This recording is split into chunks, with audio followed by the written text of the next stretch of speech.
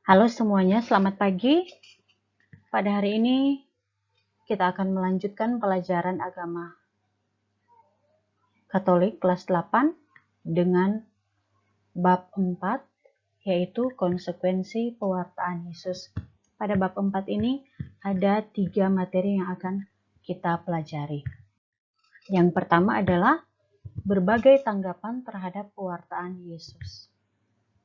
Sebelum itu, mari kita siapkan hati dan pikiran kita. Kita siap untuk berdoa sebelum kita memulai pelajaran agama ini. Dalam nama Bapa dan Putra dan Roh Kudus. Amin.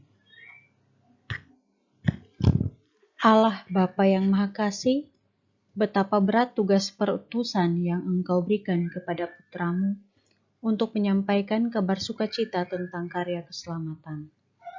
Kuatkanlah kami agar kami juga mampu melaksanakan tugas kami sehari-hari yang telah dipercayakan kepada kami. Demi Kristus Tuhan dan pengantara kami. Amin. Anak-anak yang baik, dalam kehidupan sehari-hari kita seringkali menyaksikan ketika seseorang menyampaikan suatu warta sukacita akan muncul beragam reaksi. Ada yang menanggapi dengan sukacita pula, tetapi tidak jarang akan ditanggapi secara sinis, bahkan mendapat penolakan yang cukup keras. Demikian juga ketika Yesus tampil di depan umum untuk menyampaikan warta sukacita tentang hadirnya kerajaan Allah, di mana mendapatkan penolakan yang beragam. Ada yang pro dan kontra. Dalam pelajaran ini kita akan mempelajari berbagai tanggapan masyarakat saat itu terhadap pewartaan Yesus tentang kerajaan Allah. Ketika Yesus mulai tampil di depan umum, ia berumur kira-kira 30 tahun. Sebelumnya ia hidup tersembunyi di Nazaret dan mencari nafkahnya sebagai tukang, sama seperti ayahnya. Kehidupan Yesus di depan umum dimulai dengan berita. Ia meninggalkan Nazaret dan berdiam di Kapernaum, di tengah danau. Sejak saat itulah Yesus memberitakan, "Bertobatlah, sebab kerajaan surga sudah dekat." Yesus meninggalkan ketenangan hidup keluarga di Nazaret dan mulai hidup mengembara. Ia berjalan berkeliling dari kota ke kota dan dari desa ke desa, memberitakan Injil Kerajaan Allah. Awal perubahan hidup ini adalah pembaptisan oleh Yohanes. Pembaptisan adalah bagaikan pelantikan Yesus ke dalam tugas perutusannya.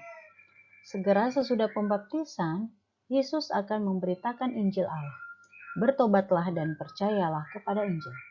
Nah, bagaimana tanggapan atau reaksi masyarakat Yahudi pada saat itu?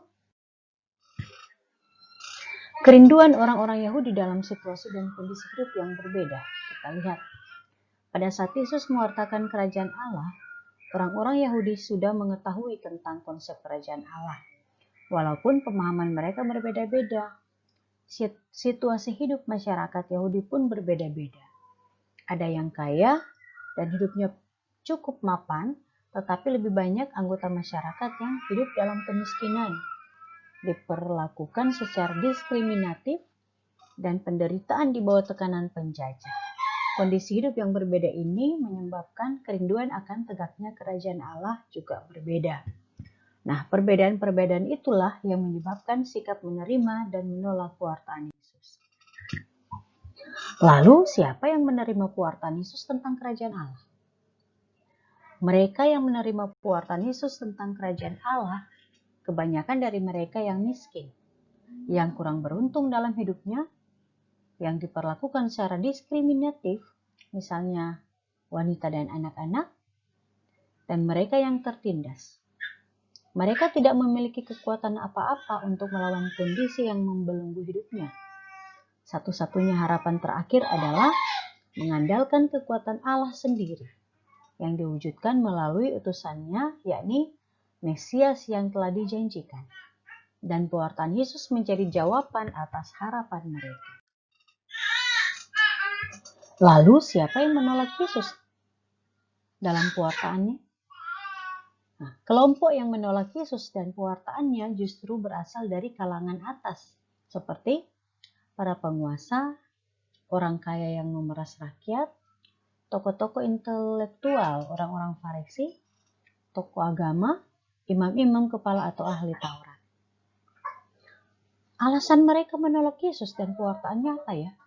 Nah, kehadiran Yesus bagi mereka merupakan ancaman yang dapat menghancurkan kewibawaan, kedudukan, dan sumber nafkah hidupnya. Kelompok yang menolak ini dengan berbagai macam cara dan tipu muslihat berusaha keras melenyapkan Yesus. Lalu bagaimana reaksi Yesus terhadap penolakan-penolakan tersebut? Terhadap penolakan atas pewartaannya, Yesus tidak bersikap memusuhi. Dengan penuh kasih dan kesabaran, Yesus menghadapi reaksi penolakan tersebut, disertai dengan penuh penyerahan diri secara total kepada kehendak Bapa-Nya. Ya, kita masuk pada materi yang kedua, yaitu sengsara dan wafat Yesus sebagai penolakan manusia.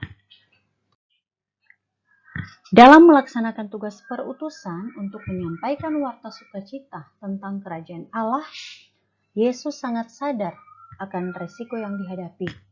Resiko yang terbesar adalah kehilangan nyawanya, dan rupanya itu menjadi kenyataan.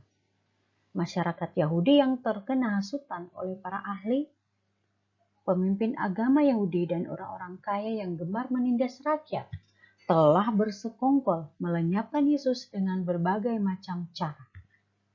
Dalam pelajaran ini, kalian akan mempelajari tentang sengsara dan wafat Yesus sebagai akibat penolakan manusia terhadap wartaannya tentang kerajaan Allah. Mari kita memahami sengsara dan wafat Yesus berdasarkan kitab suci Injil Markus bab 15 ayat 1-39. Anak-anak yang baik, penderitaan merupakan bagian tak terpisahkan dari hidup manusia. Penderitaan ditanggapi orang secara berbeda. Ada yang bersikap negatif, bila menderita ia menjadi putus asa, menyalahkan diri sendiri atau orang lain, bahkan menyalahkan Tuhan dengan bertindak tidak adil. Sehingga ia merasa hidupnya tak berarti lagi. Muncul sikap dendam pada orang lain atau menjauhi Tuhan. Ada juga ketika menderita, ia akan berusaha tetap tabah, menjalaninya dengan sabar dan tegar, dan lebih mendekatkan diri pada Tuhan. Ketika Yesus berdoa di Taman Getsemani, Yesus ditangkap, dan atas nama seluruh bangsa, para rohaniwan menyerahkan dia kepada pemerintah penjajah supaya diadili. Mereka sudah mengatur skenario-nya. Yesus harus mati. Dan itu terjadi. Pengadilan di depan Pilatus itu hanya untuk memenuhi formalitas saja. Semua sudah diatur.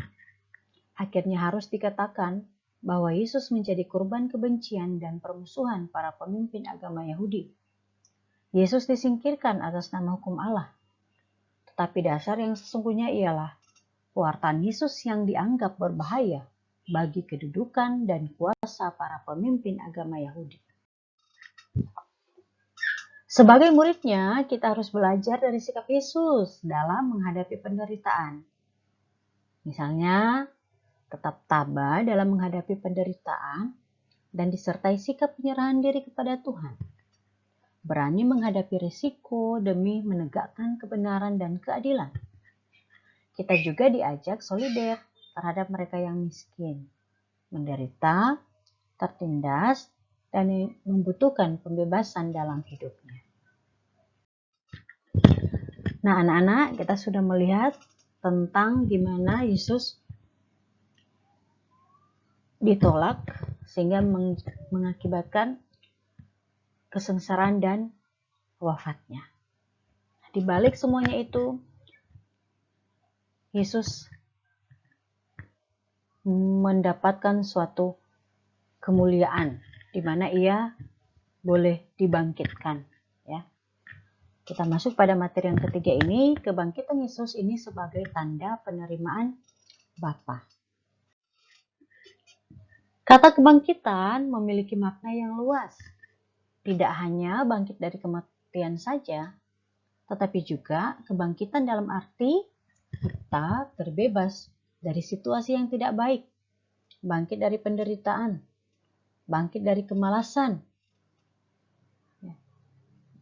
bangkit dari kebobrokan. Ya. Kedua konteks makna kebangkitan tersebut dipahami oleh gereja bertolak dari kebangkitan Yesus. Nah, melalui pelajaran ini, kalian akan mendalami makna kebangkitan tersebut. Mari kita melihat makna kebangkitan Yesus berdasarkan kitab suci yang terdapat dalam Injil Matius bab 28 ayat 1-10. Demikian. Setelah hari Sabat lewat, menjelang menyingsingnya fajar pada hari pertama minggu itu, pergilah Maria Magdalena dan Maria yang lain menengok kubur itu. Maka terjadilah gempa bumi yang hebat, sebab seorang malaikat Tuhan turun dari langit dan datang ke batu itu dan menggulingkannya, lalu duduk di atasnya. Wajahnya bagaikan kilat dan pakaiannya putih bagaikan salju. Dan penjaga-penjaga itu gentar ketakutan dan menjadi seperti orang-orang mati. Akan tetapi malaikat itu berkata kepada perempuan-perempuan itu, "Janganlah kamu takut, sebab aku tahu kamu mencari Yesus yang disalibkan itu. Ia tidak ada di sini, sebab ia telah bangkit, sama seperti yang telah dikatakannya. Mari, lihatlah tempat ia berbaring. Dan segeralah pergi dan katakanlah kepada murid-muridnya, bahwa ia telah bangkit dari antara orang mati. Ia mendahului kamu ke Galilea, di sana kamu akan melihat dia. Sesungguhnya aku telah mengatakannya kepadamu." Mereka segera pergi dari kubur itu dengan takut dan dengan sukacita yang besar, dan berlari cepat-cepat untuk memberitahukannya kepada murid-murid Yesus. Tiba-tiba Yesus berjumpa dengan mereka dan berkata, "Salam bagimu." Mereka mendekatinya dan memeluk kakinya serta menyembahnya. Maka kata Yesus kepada mereka, "Jangan takut, pergilah, katakanlah kepada saudara-saudaraku, supaya mereka pergi ke Galilea, dan di sanalah mereka akan melihat aku." Anak-anak yang baik, dapat kita ketahui bahwa bukti-bukti kebangkitan Yesus menurut bacaan kitab suci tersebut seperti ini. Kitab suci menunjukkan tanda-tanda yang diyakini sebagai tanda kebangkitan Yesus, yaitu batu penutup kubur yang terguling. Para murid mendapati kubur Yesus kosong dan jenazah Yesus tidak ditemukan. Kain kafan yang tergeletak di tanah. Berita dari malaikat yang mengatakan bahwa Yesus sudah bangkit. Nah, bukti lain yang menunjukkan bahwa Yesus telah bangkit adalah beberapa kali peristiwa penampakan Yesus pada murid-muridnya. Nah, apa yang menarik dan terungkap dalam perikop tersebut? Bagi kebanyakan orang pada saat itu, kematian Yesus dianggap sebagai kegagalan, perjuangan, dan karya Yesus dianggap sia-sia dan musnah seiring kematiannya. Tetapi dengan peristiwa kebangkitan dari alam maut, Allah membalikkan semua pemikiran itu. Kebangkitan Yesus membuat kehadirannya tidak lagi terbatas ruang dan waktu. Ia hadir di mana-mana dalam hati semua muridnya. Kehadirannya itu mampu mempengaruhi hati manusia dan menjadi inspirasi hidup banyak orang. Apa makna kebangkitan Yesus menurut kitab suci? Melalui kebangkitannya, orang tidak hanya mengenang karya dan ajarannya, tetapi menjadikan dia sebagai kekuatan hidup sehari-hari. Kebangkitannya tidak hanya membuat orang sanggup meneruskan karyanya, tetapi secara kreatif melakukannya. Kebangkitan Yesus merupakan pembenaran dari Allah terhadap sabda dan karyanya. Pembenaran terhadap perjuangan Yesus. Kebangkitan Yesus juga memberi harapan baru bagi umat manusia, bahwa ada harapan yang lebih baik setelah kematian di dunia ini. Nah, apa makna kebangkitan Yesus bagi dirimu? Anak-anak yang baik, dengan menjadi sahabat bagi yang mengalami kesedihan dan masalah, memberi dukungan pada mereka yang putus harapan, membangkitkan semangat pada mereka yang lemah, dan tak berdaya adalah wujud sederhana yang dapat kita lakukan untuk menjadi saksi kebangkitan Kristus melalui kata-kata dan perbuatan kita dalam hidup sehari-hari.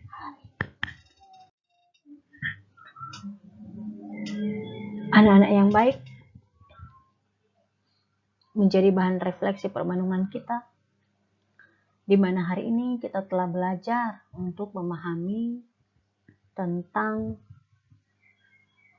tanggapan akan pewartaan Yesus, ya. Kita sudah melihat, mempelajari sengsara dan kematian Yesus, maknanya, serta tentang makna kebangkitan. Nah, kebangkitan tidak hanya dipahami dalam arti sempit, tetapi juga dalam arti yang lebih luas, yaitu kebangkitan dari kemalasan, bangkit dari kelesuan, dan bangkit dari situasi yang tidak untuk berusaha hidup lebih baik. Kebangkitan Tuhan Yesus telah mampu membangkitkan semangat para muridnya dan mampu menghidupkan kembali harapan para murid untuk hidup dalam kemuliaan. Maukah kita bangkit dari kemalasan? Maukah kita bangkit dari kelesuan?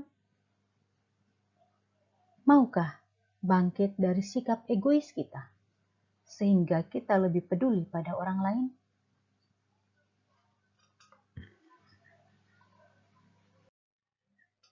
Marilah kita berdoa. Dalam nama Bapa dan Putra dan Roh Kudus. Amin. Tuhan kami Yesus Kristus, kebangkitan-Mu tidak hanya menyemangati hidup para murid-Mu, tetapi juga menyemangati kami untuk memulai babak hidup yang baru.